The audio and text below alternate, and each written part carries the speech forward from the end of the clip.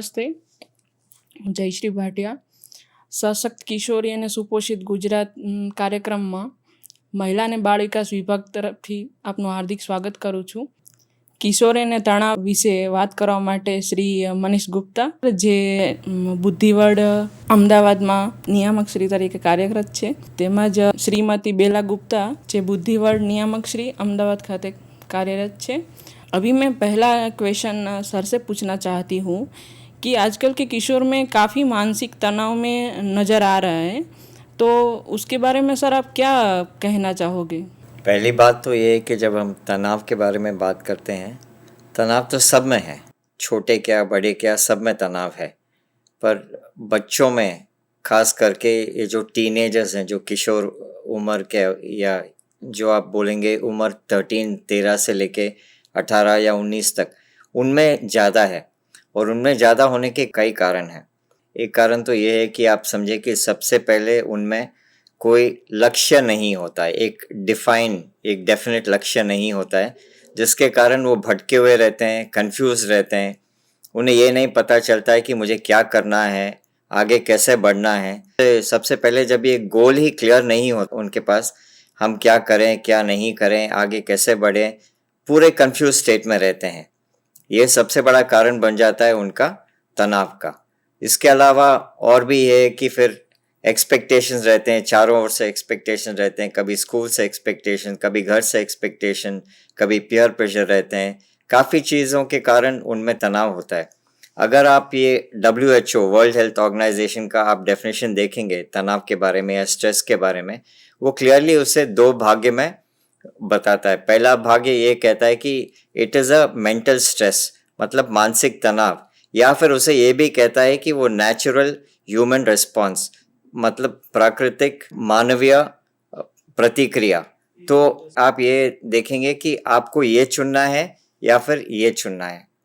आपको एक negative side भी है, एक पॉजिटिव साइड भी है, पर जनरली लोग ये करते हैं कि वो नेगेटिव साइड ज़्यादा इजी है चुनने के लिए, तो वो चुनकर फिर उसी में शांत रह जाते हैं.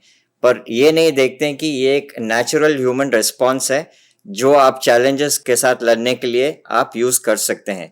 और अगर लोग उसे उस माइंडसेट के साथ देखें तो शायद ये जो मानसिक तनाव है काफ़ी कम हो सकता है. सर ने तनाव के बारे में बहुत अच्छा समझाया. अब मैं मैम से एक सवाल करना चाहती हूँ कि आपके अनुसार सबसे आम मुद्दे कौन से हैं जो उनमें तनाव पैदा करते हैं? तो पहले बताया गया था कि तनाव तो सब में है, और तनाव 2 तरीके के होते हैं. एक तो जैसे मानसिक तनाव है, दूसरा है नेचुरल ह्यूमन बॉडी रिस्पॉन्स. सो हमें किस तरह लेना है वो पहले बताया गया था. तो इसके आम मुद्दे या कॉमन कॉजेज़ मैं बताती हूँ आपको. एक तो अपेक्षाएं होती है, या स्कूल की तरफ से या माँ बाप की तरफ से ज़्यादा पढ़ाई करके अच्छे नंबर लाना, अच्छे मार्क्स लाना, ये बहुत बड़ी अपेक्षा होती है किशोरियों के लिए. आगे चल के कई बार ऐसे होता है कि इस अपेक्षा के कारण वो खुल के आगे बढ़ नहीं पाते हैं, या अपने आप को ज़्यादा तनाव महसूस करने लगते हैं. तो इस कारण से वो आगे बढ़ नहीं पा रहे हैं. दूसरा कारण ये है कि कई बार उनके शरीर में जो परिवर्तन हो रहा है, જે પરિવર્તન થાય છે, એના પ્રતિ ઘણા બધા મનમાં સવાલ હોય છે. એ સવાલના કોઈ જવાબ આપવાવાળું ન હોય તો એના પ્રતિ એમને ઘણો તણાવ થાય છે. અને શરીરનું સમજો, એ લોકોને એક જુનૂન હોય છે કે મારું શરીરનું છવી કેવું છે, બીજા લોકો મને સારી રીતના જોવે છે કે નહીં, એ બી એક તણાવ હોય છે આ કિશોરીઓનું. બીજું, તમે આ ઘરના વાતાવરણ કે જ્યાં એ લોકો રહે છે ત્યાંનું વાતાવરણ, તો એનો બી તણાવ હોય છે. અને હવે આ જમાનામાં સોશિયલ મીડિયા, પછી ઘણા બધા દોસ્તારો સાથે જે એમના વાતચીત હોય છે, સમસ્યાઓ હોય છે, એના લીધે બી એ લોકોને ઘણો બધો તણાવ હોય છે. તો આ ઘણા બધા કોમન કે આમ મુદ્દાઓ છે જેમાં એ લોકો તણાવ લઈ લે છે પોતાના પર. मैम ने तनाव के बारे में बहुत अच्छा बताया. अभी मैं सर से पूछना चाहती हूँ कि मानसिक तनाव के प्राथमिक कारण क्या हो सकते हैं? देखिए, जैसे हमने पहले भी बोला था कि तनाव लेना या नहीं लेना हमारे हाथ में होता है। सबसे मुख्य कारण ये है कि बच्चों के हाथ में समय बहुत होता है। समय बहुत होता है, लेकिन उनके पास कोई लक्ष्य नहीं होता है, कोई गोल नहीं होता है, बहुत कंफ्यूज स्टेट ऑफ माइंड में रहते हैं। तो जब उन्हें पता ही नहीं चलता है कि उन्हें क्या करना है, कैसे आगे बढ़ना है, ऑटोमेटिकली वो तनाव बढ़ने लगता है। और भी कारण ये है कि जब ये देखते हैं कि दूसरे लोग लाइफ में आगे निकल रहे हैं, हम कुछ नहीं कर पा रहे हैं, तो वहाँ से एक मानसिक तनाव बढ़ना चालू होता है। फिर जैसे मैम ने अभी बताया कि स्कूल से भी अपेक्षा होती है, टीचरों की अपेक्षा होती है, घर में माँ बाप की अपेक्षा होती है, तो उस अपेक्षा से भी तनाव बन जाता है। तो ये जो हम इतने देर से हम तनाव तनाव डिस्कस कर रहे हैं, ये तनाव सच्चाई में आप देखो तो ये तनाव उस कारण से बिल्डअप होता है या उस कारण से बनना चालू होता है क्योंकि बच्चे लोग कुछ काम करते हैं या कुछ काम नहीं करते हैं। जो उन्हें करना चाहिए वो नहीं करते हैं और जो नहीं करना चाहिए उसमें लग जाते हैं। मैं अगर आपको एक छोटा सा एग्जाम्पल दूं, अगर मुझे यहाँ से निकल के मेरे घर जाना है और मुझे मालूम है कि मुझे कौन से रास्ते से मुझे घर जाना है, मैं फिर सोचूं कि ठीक है, बीच में साइड में इस साइड में भी एक रोड है, उस साइड में एक रोड है, चलो देखते हैं कि ये कहाँ जाता है, और मैं जाऊं और फिर और आगे निकलता जाऊं और आगे निकलता जाऊं, वक्त भी चला जाता है और फिर मैं मेरे दिशा से और भी दूर हो जाता हूं। उसके बाद में स्ट्रेस जो है या तनाव है वो शुरू हो जाता है कि अभी हम इतना दूर निकल गए हैं, क्या हम वापस आ पाएंगे, नहीं आ पाएंगे। ये एक अलग तरीका का तनाव। तो मतलब घूम फिर कर एक ही बात है कि जब आपके सामने आपका लक्ष्य नहीं है, जब आपको ये नहीं पता चल रहा है कि अभी तक कि मुझे क्या करना है, मुझे कौन से दिशा में मुझे जाना है, क्या मैं स्पोर्ट्स में स्ट्रांग हूँ या क्या मैं पढ़ाई लिखाई में अच्छा हूँ या फिर मैं और कुछ कंप्यूटर्स में अच्छा हूँ, अगर आप जब तक फाइनल नहीं करते हो कि आपको क्या करना है लाइफ में, बिना मतलब के ये तनाव बनता रहेगा और बच्चों को ये सहन करना पड़ेगा। बहुत अच्छा सर। अभी मैं मैम से एक क्वेश्चन पूछना चाहती हूँ कि आजकल के किशोर और वो ज़्यादा जल्दी विचलित हो जाते हैं, इसका क्या कारण हो सकता है? पहली बात तो विचलित होना, अगर रिसर्च के तरफ से देखो तो पहले जो अटेंशन स्पैन जिसको बोलते हैं कि एक चीज़ पे केंद्रित होना, वो 10 से 15 मिनट तक था, बट वो अटेंशन स्पैन अभी बहुत कम हो के 1 या 1.5 मिनट का रह गया है। आप देखोगे तो कई सारे वीडियोस जो भी होते हैं या इंस्टाग्राम पे रील्स होते हैं, आजकल वो 1 या 1.5 मिनट के बन गए हैं। तो मतलब उससे ज़्यादा लोग किसी चीज़ पे केंद्रित भी नहीं कर पा रहे हैं। तो ये बहुत बड़ा एक कारण है उनका जल्दी से विचलित हो जाना। दूसरी बात ये है कि उनकी रोज़मर्रा ज़िंदगी में कई सारे ट्रिगर्स होते हैं, चाहे वो बाहरी ट्रिगर हो या अंदर के ट्रिगर हो। हाँ, पहले हम बाहरी ट्रिगर के बारे में बात कर सकते हैं। जैसे घर का माहौल एक ट्रिगर हो जाता है, जिससे वो डिस्ट्रैक्ट हो जाते हैं अपने फोकस, अपने लक्ष्य से, या फिर कोई व्हाट्सएप पे मैसेज आ जाता है या साथी के साथ कुछ और अनबन हो जाती है। तो ये सब बाहरी ट्रिगर है जिससे वो जल्दी डिस्ट्रैक्ट हो जाते हैं। अंदरी ट्रिगर जैसे उनके अंदर बहुत ही अकेलापन है या फिर समझो उनके फीलिंग्स बहुत ही ऐसे हैं कि वो हमेशा उदास रहते हैं, या फिर चीज़ें जैसे अगर कहीं कुछ सुन लिया तो उन्हें वो बहुत जल्दी दिल से लगा लेते हैं। तो ये उनके अंदरी ट्रिगर्स होते हैं, तो जिससे वो अगेन कोई डिस्ट्रैक्ट हो जाते हैं और फिर अपने ध्यान या मन वो आइदर मोबाइल फ़ोन या किसी और चीज़ में लगाते हैं, बल्कि जो उन्हें करना चाहिए उस पे फ़ोकस बिल्कुल नहीं रहता है। तो ये एक बहुत बड़ा कारण है। जी मैम। और मैं अगला सवाल सर से पूछना चाहती हूँ कि आजकल के किशोर पढ़ाई को लेकर भी ज़्यादा तनाव में रहते हैं, इस पर आपके क्या विचार हैं? स्कूल में एक बहुत साधारण सा एग्जाम्पल देकर मैं शुरू करूँगा। अगर एक क्लास में 40 बच्चे हैं तो वो 40 बच्चे एक ही स्कूल जाते हैं, एक ही क्लास में पढ़ते हैं, एक ही टीचर उन्हें सिखाते हैं, मतलब अलग अलग सब्जेक्ट के सेम टीचर्स होते हैं तो एक एक सब्जेक्ट वही टीचर्स सिखाते हैं। उनके बुक्स वही रहते हैं, टेक्स्ट बुक्स, उनका सिलेबस वही रहता है, एग्ज़ाम में उनका क्वेश्चन पेपर वही रहता है, बट आप मुझे बताइए कि जब एग्जाम का रिजल्ट आता है, किसी को 100 नंबर आते हैं, किसी को 80, किसी को 60, किसी को 40 और कोई फेल होता है और कोई तो बहुत ही खराब मार्क लेके आता है। क्यों?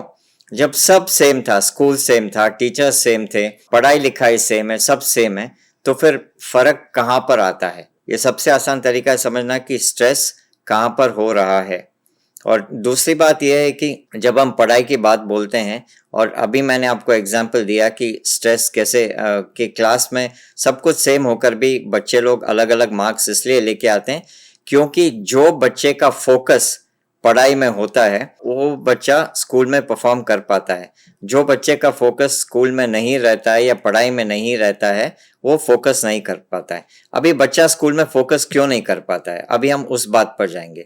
उसके दो ही कारण है, या तो बच्चे का बेसिक स्ट्रांग नहीं है, कॉन्सेप्ट्स बिल्कुल समझ में नहीं आया, या फिर बहुत गहरी बात है, या फिर उसे टीचर नहीं पसंद आया। अभी टीचर नहीं पसंद आने का कारण भी कुछ होता है, हो सकता है टीचर का स्वभाव अच्छा नहीं हो, या फिर टीचर अच्छे से पढ़ाते नहीं हो, कुछ भी कारण हो सकता है। इन कारणों को लेकर ही बच्चों का स्कूल से स्ट्रेस आता है। और जब बच्चा एक बार कोई एक सब्जेक्ट या दो सब्जेक्ट से बच्चे का मन हट जाता है, जैसे मैंने बोला, क्योंकि या तो उन्हें कॉन्सेप्ट नहीं समझ में आया या टीचर नहीं पसंद आए, तो फिर उन्हें फिर लगता है कि हाँ अभी तो ये हमसे नहीं हो पाएगा या अभी हमें ये करना नहीं है, और स्ट्रेस चालू हो जाता है ये स्कूल के तरफ से। उसके अलावा क्या होता है कि माँ बाप जब बच्चों को भेजते हैं स्कूल, तो एक ही चीज उनके मन में रहता है कि बच्चे मार्क्स लेकर आए।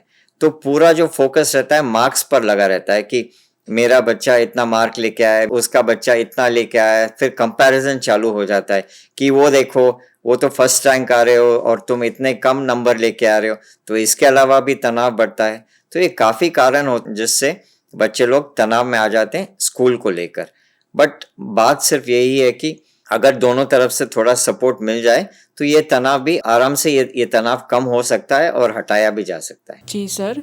और मेरा अगला सवाल मैम से है कि आपने बताया कि बच्चे अभी भ्रमित है और उनमें उद्देश्य की कमी है, तो ऐसा क्या कारण है? पहले भी बताया गया, बच्चे डेफिनेटली भ्रमित हैं, तो उनका मेन कारण या रीज़न ये है कि वो खुद को पहचान ही नहीं पा रहे हैं कि वो क्या है, वो क्या करना चाहते हैं, उनकी क्या ताकत है, उनकी क्या कमियां हैं। अगर वो पहचान ले कि उन्हें क्या करना है या क्या उनकी कमियां हैं या उनके कौन से ताकत पे उन्हें ध्यान देना चाहिए, आगे बढ़ना चाहिए, चाहे वो स्पोर्ट्स में अच्छे हो या पढ़ाई में अच्छे हो या किसी आर्ट में अच्छे हो, तो उनको एक लक्ष्य सामने नज़र आएगा और फिर वो लक्ष्य में वो आगे बढ़ सकते हैं। एक और रीज़न है कि उन्हें कोई ऐसा व्यक्ति मिल जाए जो उन्हें मदद करे या उनका हाथ पकड़ के चले। ये स्कूल में नहीं होता क्योंकि स्कूल में ज़्यादातर मार्क्स पे ही ध्यान देते हैं। इस जीवन में और भी चीज़ों को इंक्लूड करना चाहिए अपने आप को आगे बढ़ाने के लिए, तभी ये कन्फ्यूजन उनका भ्रमित थोड़ा दूर हो सकता है। उनको एक सामने एक गोल या लक्ष्य नज़र आएगा जिन पे वो आगे बढ़ सकते हैं। आजकल के मतलब बच्चों को हम बेहतर बनाना चाहते हैं, अच्छे ढंग से देखना चाहते हैं, तो इसके लिए अब शिक्षक क्या कर सकता है और शिक्षक को हम कैसे ट्रेन कर सकते हैं, इसके बारे में सर मैं जानना चाहती हूँ। जी, ये एक बहुत अहम सवाल है जो आपने किया है। जब माँ बाप अपने बच्चों को स्कूल भेजते हैं या पाठशाला भेजते हैं पढ़ाई लिखाई के लिए, वो अपनी उम्मीदें उस स्कूल पर रखते हैं। और स्कूल की उम्मीद कहाँ से आती है? टीचरों की पढ़ाई से। टीचर कैसे पढ़ाते हैं बच्चों को, वहाँ से आती है।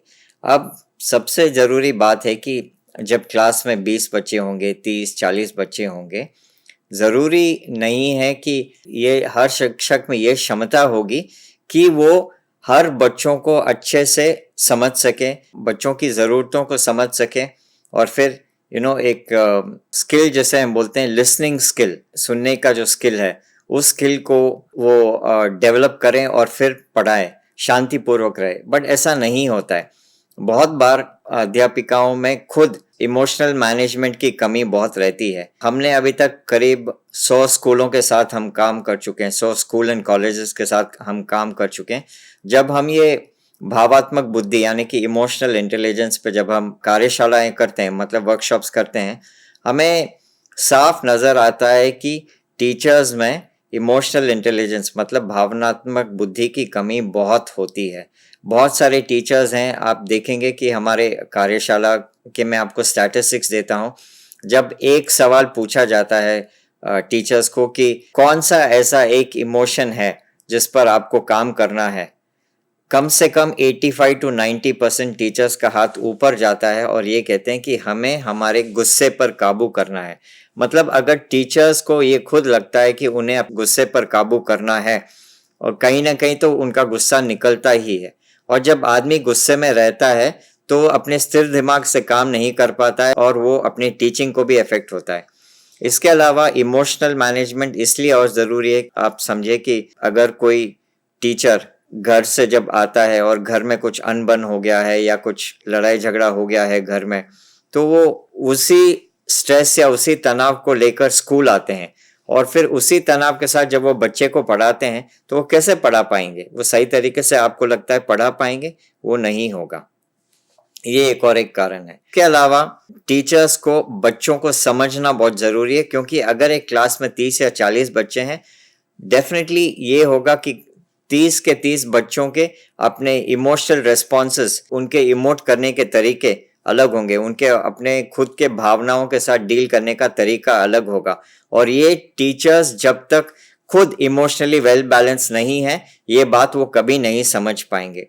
तो इसीलिए बहुत ज़रूरी है कि हर टीचर को, हर स्कूल को और हर टीचर को इमोशनल मैनेजमेंट पर ध्यान देना ज़रूरी है। अभी वर्ल्ड मेंटल हेल्थ डे पर हम ये चर्चा कर रहे हैं, तो ये और भी ज़रूरी है कि स्कूल्स फोकस करें मेंटल हेल्थ पर। और जब हम कहते हैं मेंटल हेल्थ, स्कूल्स का मेंटल हेल्थ शुरू होता है उनके टीचर्स से, क्योंकि टीचर्स वो हैं जो बाद में अपने बच्चों को शिक्षा देते हैं, और ये जो बच्चे हैं जो उनके सामने बैठे हैं, ये बच्चे कल का भविष्य है, कल का भारत है।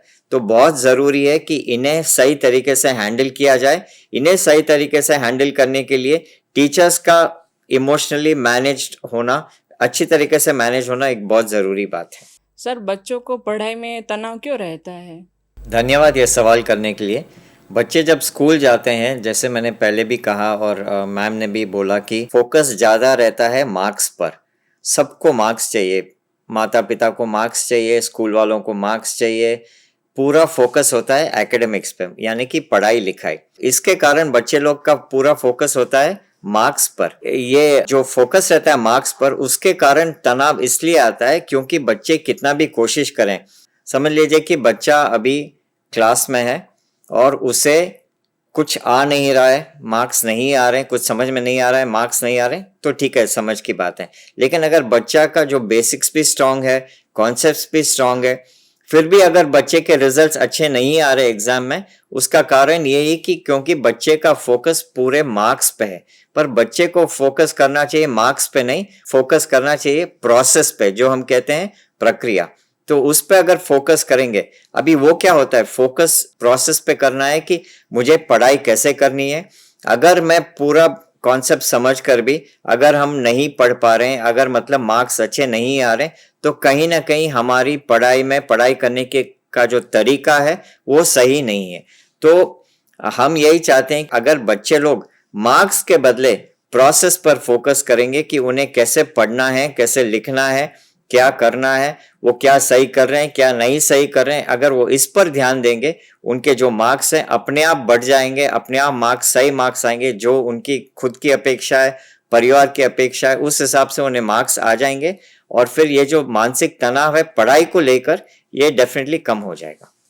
મેડમનું હું એ પૂછવા માંગુ છું કે આ માધ્યમ દ્વારા તમે કિશોરી અને મહિલાઓને શું મેસેજ આપવા માંગો છો? મેસેજ તો હું એ જ કહું કે બે ચીજ હોય છે લાઈફમાં. એક ચીજ તો જે તમારા કંટ્રોલમાં ન હોય ને બીજી જે તમારા કંટ્રોલમાં હોય. તો આપણે જે આપણા કંટ્રોલમાં નહીં હોય એના બારામાં બહુ વિચાર કરીને સ્ટ્રેસ કે તણાવ લેવાનું એમાં કોઈ મતલબ જ નથી. અને જે ચીજો આપણા કંટ્રોલમાં છે, લાઈક આપણે લક્ષ્ય બનાવવાનું, આગળ बढ़વાનું, બધાય સાથે મળી જલીને મદદ લઈને આપણે જે આગળ કરી શકીએ એ કરવાનું, એ બધું આપણા કંટ્રોલમાં છે. એના પર ધ્યાન દે તો બહુ વધારે આપણે તણાવ ઓછું કરી શકીએ. मैं सर से ये सवाल करना चाहती हूँ कि आप क्या मैसेज देना चाहते हो तनाव के बारे में और किशोरियों और महिलाओं को करना चाहिए। मैं यही चाहूँगा कि जितने भी बच्चे लोग ये प्रोग्राम देख रहे हैं और उनके माँ बाप और उनके टीचर्स जो देख रहे हैं, वो इस बात को समझे कि तनाव एक्चुअली होता क्या है, तनाव सच्चाई में है क्या, तनाव कुछ है जिसके साथ हम पैदा होते हैं या तनाव कुछ ऐसी चीज़ है जो हम खुद अपने लिए बना लेते हैं। जब सबसे पहली बात ये समझ लेंगे सब लोग, तो तनाव वहीं से कम होना शुरू हो जाएगा। उसके अलावा मैं तो ये बोलूँगा कि आजकल जो भी बच्चे हैं, इनफैक्ट जो भी टीनेजर्स हैं, जो किशोर हैं, किशोरियाँ हैं, उनके लिए मैं ये कहूँगा कि आप जितने मजबूत हो, जितने पावरफुल हो, जितने स्ट्रांग हो, आप अगर चाहते हो तो कुछ भी कर सकते हो, आपको रोकने वाला कोई नहीं है। बस आपको अपना मन लगाना है और आपको अपना दिशा ढूंढना है। अगर आपको लगता है कि आप स्पोर्ट्स में अच्छे हो, आप स्पोर्ट्स में मन लगाइए। जैसे मैम ने कहा आर्ट्स, अगर आप आर्ट्स में अच्छे हो, आर्ट्स में मन लगाइए। अगर आपको लगता है कि आपको साइंस एंड टेक्नोलॉजी पसंद है, आप वो लाइन पकड़िए। अगर आपको लगता है कि आप और कुछ करना चाहते हैं, जैसे कम्युनिकेशन करना चाहते हैं, आप एक्टिंग करना चाहते हैं, आप वो लाइन पकड़िए। लेकिन कहीं ना कहीं आपको एक दिशा बांधना या पकड़ना जरूरी है। दिशा को पकड़ो, अपना पूरा फोकस उस पर लगाइए। ऐसा कुछ नहीं है जो आप नहीं कर सकते हो अपने लाइफ में। मेरा तो मैसेज यही है, तनाव बनाना या तनाव मिटाना दोनों हमारे हाथ में है। अभी आपकी इच्छा है कि आपको क्या करना है। बस मेरा तो मैसेज यही है सबके लिए।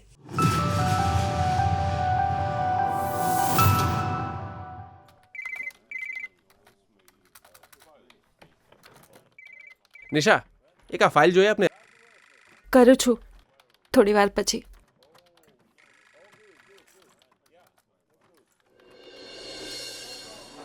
નિશા, હું સવારથી જોઉં છું તું કોઈ ટેન્શનમાં છે. હવે તું કહીશ તને શું થયું છે? નિશા, હવે કહી દે. આપણે બધા સાથે મળીને વસ્તુનો સામનો કરીશું. હું રોજે જ્યારે ઘરેથી ઓફિસ આવવા માટે નીકળું છું ને તો